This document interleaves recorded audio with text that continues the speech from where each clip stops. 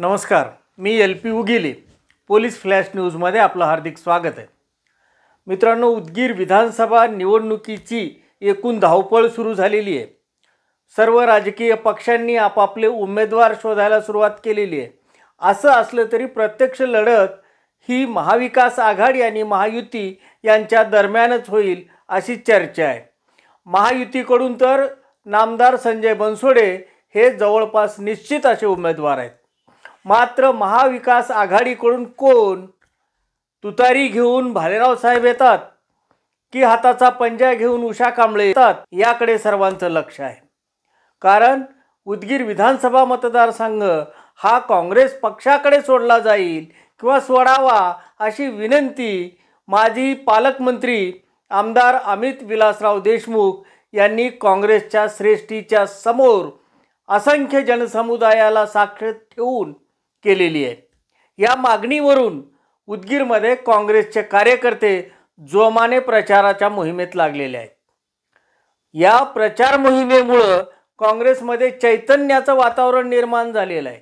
मात्र उषा कांबळे ह्या ज्या गतीनं काम करत आहेत त्या गतीनं राष्ट्रवादी काँग्रेसमध्ये चैतन्य दिसून येत नाही.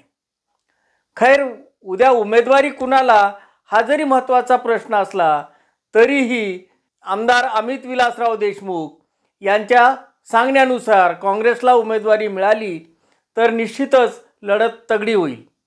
काय म्हणतात अमित देशमुख, पाहूया. नानाभाऊ थोरात साहेब, तुम्ही एवढी जादू केली आहे वडेट्टीवारजी. महाराष्ट्रामध्ये आता काँग्रेस क्रमांक 1चा पक्ष म्हणून नावारूपाला आला. आता कार्यकर्त्याच्या आवाजावर आता विधानसभा आपल्याला ओळखू येते. हे सारे लातूर जिल्ह्यामध्ये महाविकास आघाडीमध्ये जे जागा वाटप होईल, उदगीर विधानसभा ती आपल्या मित्रपक्षाकडे आहे, राष्ट्रवादी काँग्रेस पक्ष, शरदचंद्र पवार.